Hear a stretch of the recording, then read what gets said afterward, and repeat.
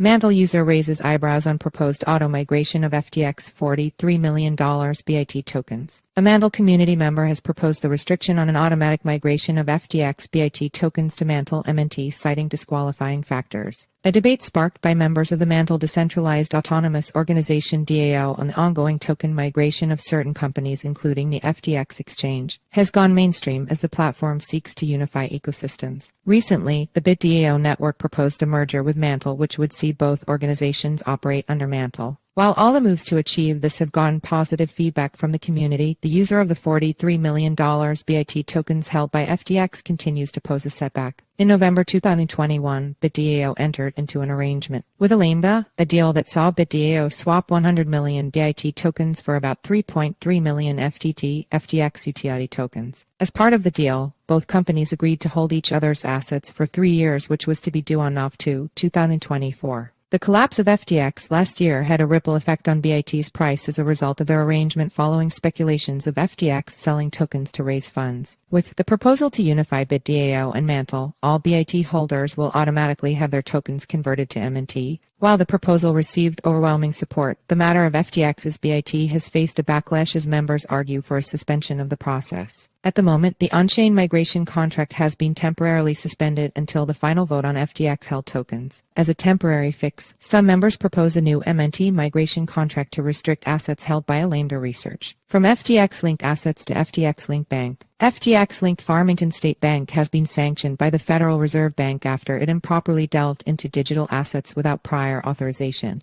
According to the enforcement action, the one-branch lender is supposed to wind down activities after it adopted a pro-crypto business plan in 2022. For the action, the bank is now barred by the Federal Reserve Board and the Washington State Department of Financial Institutions for certain banking activities, including making dividends or capital distributions, dissipating cash assets, and engaging in certain activities without the consent of its supervisors. Allegations leveled against the bank include facilitating the exchange of stablecoins and issuance for 50% of mint fees. The collapse of FTX has prompted members of the digital asset community and the wider economic sector to be skeptical of former FTX-linked products as a result of unknown exposure to the exchange. This year, prosecutors seized $50 million from the bank, claiming it was linked to Sam Bankman-Fried's plan to defraud investors after Alameda Research acquired an $11.5 million stake in the bank last year.